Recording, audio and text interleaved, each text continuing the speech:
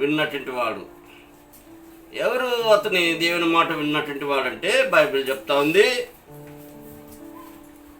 ఆదికాండం 7వ అధ్యాయము 1వ వాక్యము. మరి యోనా మరి నీతిమంతుడైనటువంటి నోవాహు 7వ అధ్యాయం స్టార్ట్ అయింది. చరిత్ర 11వ అధ్యాయం వరకు ఉంది. వీళ్ళరా అతని తరం ఉంది. అయితే గమనించాల్సినటువంటి విషయం ఏంటంటే దేవుని మాట విన్న నోవాహు. దేవుని మాట ఎలా విన్నాడంటే, దేవుని మాట ఎందుకు విన్నాడంటే దేవుడే అతను సృష్టించుకున్నటువంటి సంగతి నోవాహుకు అర్థమైంది. అందుకే నోవాహు చాలా దేవుని యందు భయము భక్తి కలిగి దేవుని మాట విన్నటువంటి వాడుగా కనిపిస్తూ ఉన్నాడు నోవాహు. అందుకే ఆదికాండం 7వ అధ్యాయం 1వ వాక్యంలో ఈ ప్రకారంగా రాయబడ్డది, ఈ తరం వారిలో నీవే నా ఎదుట నీతిమంతుడు ఇండుట చూసితిని కనుక నీవును నీ ఇంటి వారిను ఓడులో ప్రవేశించుడి అని దేవుడు తెలియజేశాడు. ఏంటి దేవుని మాట విన్నాడంటే, దేవుడు చెప్పాడు నోవాహు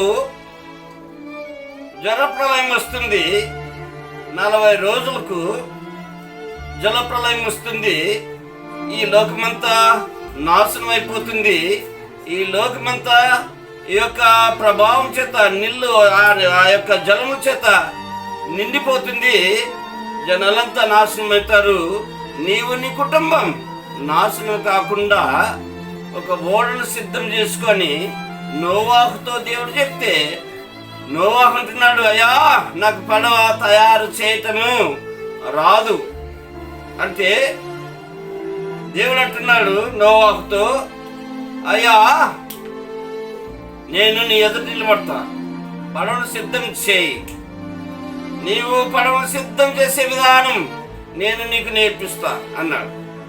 సరే ప్రభువా నీవు చెప్పినట్లే కాని అన్నాడు. సరే సితి సారపు మానవుటిని కనుగొని ఆ మానవుని తెచ్చి చేయాలన్నాడు. సరేయా చేస్తానని ఆ యొక్క సితి సారపు మాను కోయటానికి రంపాలు గొడ్డన్లు అన్నీ తయారు చేసుకున్నాడు మరి నోవాహు. ఈ ప్రకారంగా నోవాహు భూమి అంతటా ఈ తరం వారందరిలో నీవు నీతిమంతుడు అని చెప్పినందుకు నీ ఇంటి వారు నీవు రక్షింపబడదురు, నీవు నీ ఇంటి వారు ఈ ఓడలో ప్రవేశించాలన్నప్పుడు ఎట్లయ్యా పడవ ఏంటి, ఈ జలప్రలయం ఏంటి, ఈ జలములేంటి, వర్షం ఎట్లొచ్చిందో నాకు తెలియదు కదా అన్నాడు. అయితే నేను నీవు కాపాడటానికి ఒక ఓడను సిద్ధం చేయాలన్నప్పుడు సరే ఆ ప్రకారంగా సామాగ్రిని అంతా సిద్ధం చేసుకున్నాడు.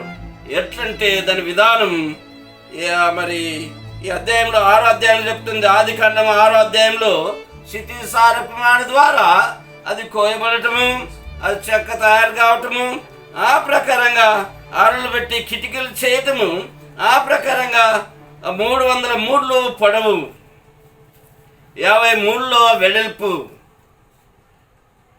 30 మూడ్లు ఎత్తు, 300 మూడ్లు పొడవు, 50 మూడ్ల పొడవు మరి పడవ యొక్క వెడల్పు మరి 50 మూడ్లు, దాని ఎత్తు 30 మూడ్లు.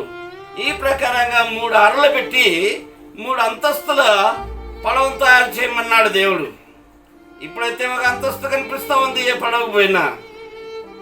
మరి నోవాహు చేసినటువంటి పడవ 3 అంతస్తులు కలిగినటువంటి పడవ. ఈ పడవలో మరి ఈ పడవకు చాలా ఖర్చు అవుతుంది తయారు చేయటానికి. టైటానిక్ వాడిని తయారు చేశారు, కొన్ని వేల మిలియన్స్ డాలర్లు అయిపోయింది, లక్షల మిలియన్స్ డాలర్లు అయిపోయింది. అయితే ఈ పడవను తయారు చేయటానికి నోవాహు దగ్గర ఉన్నటువంటి ధనమంతా ఖర్చు అయిపోయింది.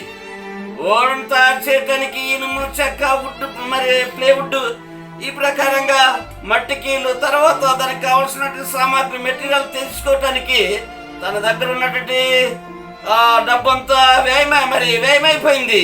తర్వాత తన భార్య దగ్గర ఉన్నటువంటి మరి వస్తువులన్నీ వ్యయమైపోయినాయి. అన్నీ అయిపోయినది, ఇంకా చివరికి మిగిలింది ఏమి లేదు. పడవ తయారైంది. అయితే వారి భార్య వారి పిల్లలు నోవాహును హింసిస్తూ ఉన్నారు. వారి భార్య పిల్లలు నిందిస్తూ ఉన్నారు నోవాహును. ఏంటండి, మన పట్టణానికి, మన యొక్క దేశానికి, మన యొక్క పరిస్థితికి వర్షం రావడం ఏంటి, వర్షం ఎట్లుంటుందో అని అడిగారు. అయితే అక్కడ ఉన్నటువంటి వారు ఈ యోనాకు పిచ్చి ఎక్కింది అన్నారు. పడవ తయారైంది. దేవుడు చెప్పినట్టు దినం రానే వచ్చింది. 40 రాత్రులు 40 పగలు వర్షం వస్తుందని దేవుడు చెప్పాడు. యోనా 40 రాత్రులు 40 పగలు వర్షం వస్తుందని చెప్పాడు. ఆ 40 దినాలు రానే వచ్చినాయి. అయితే యోనాకు చెప్పాడు, మరి యొక్క నోవాహుకు చెప్పాడు దేవుడు. ఏమని చెప్పాడంటే, అయ్యా నీవు నీ ఇంటి వారి ఇంట్లో ఈ యొక్క పడవలో ప్రవేశించండి అన్నాడు. సరే, ఆ ప్రకారంగా నోవాహు తన పిల్లలను వెంట పెట్టుకుని ఆ పడవలో ప్రవేశించారు.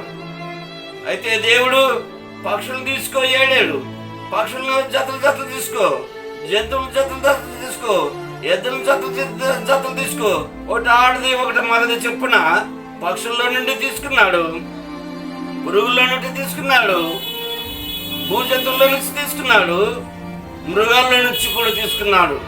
జతలు ఒకటి, ఒక ఆడ ఒక మగ పక్షి. జంతువుల నుంచి ఒక ఆడ జంతువు, ఒక మగ జంతువు.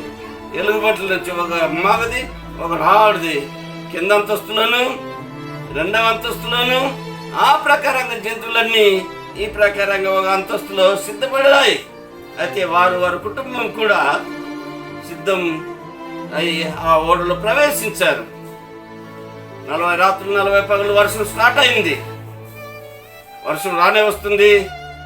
2 రోజులైంది, 3 రోజులైంది, 4 రోజులైంది, 5 రోజులైంది. మొన్న వచ్చినటువంటి వరదలకు ఎంతో మంది కొట్టుకుపోయినారు. ఆ ప్రకారంగా భూ ప్రజలంతా చనిపోయి మరి వస్తువుల్లాగా, తేలాడే వస్తువుల్లాగా చనిపోయి తేలాడుతూ ఉన్నారు. మరి జలాలు పైకి వస్తూనే ఉన్నాయి. ఈ ప్రకారంగా పర్వతాలు మునిగిపోయినాయి, చెట్లు మునిగిపోయినాయి, ఆ యొక్క భవనాలు మునిగిపోయినాయి, పర్వతాలు మునిగిపోయినాయి. అయితే మనుషులందరూ చనిపోయినారు. పడవ మట్టుగా నీళ్ళ మీద అల్లాడుతూ ఉంది.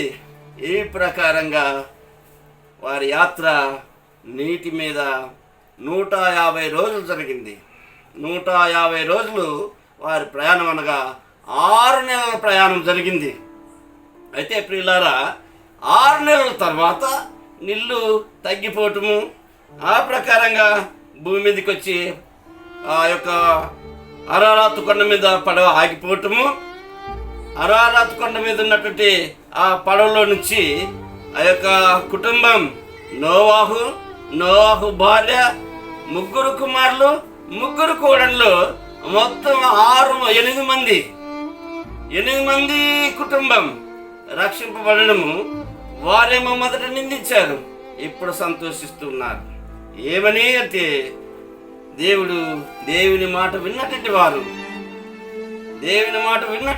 భూమిని స్వతంత్రించుకుంటారని, దేవుని మాట విన్నటువంటి వారు ఆ భూమిని స్వంతం చేసుకుంటారని ఆ యొక్క సామెతల గ్రంథంలో ఉన్నటువంటి విషయం ఏంటంటే, ధనం నమ్ముకున్నవాడు పాడైపోవును, దేవుని మాట విన్నటువంటి వాడు మరి నిరంతరం జీవించును, భూమిని స్వతంత్రించుకును, సమస్తాన్ని స్వతంత్రించుకుని అన్నటువంటి మాట సామెతల గ్రంథం 23వ అధ్యాయంలో కనిపిస్తూ ఉంది. ప్రియులారా, ఆ ప్రకారంగా నోవాహు తన కుటుంబం భూమిని స్వతంత్రించుకున్నటువంటి సంగతి మనకు ఆదికాండం 6వ అధ్యాయం స్టార్ట్ అయ్యి 10వ అధ్యాయంలో అయిపోతుంది వారి స్థలం.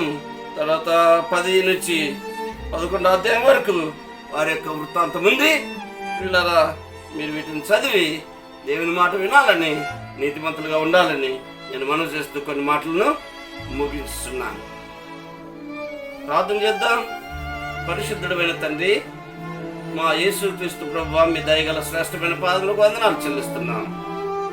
దేవా, నీ మాట వినటానికి ఈ యంత్రం ద్వారా ఎందరైతే చూస్తున్నారో వారందరికీ మారు మనసు దయచేసి వారు నీ మాట వినటానికి, నీ ప్రజలుగా ఉండటానికి, నీ ఉపదేశం వినటానికి వారి హృదయాన్ని మార్చి మంచి దారిలో నడిపించాలని మా ప్రభుని విమోచకుడైన యేసుక్రీస్తు శ్రేష్టమైన నామమున అడిగి ప్రార్థిస్తున్నాను తండ్రి. ఆమేన్, ఆమేన్, ఆమేన్. May God bless you.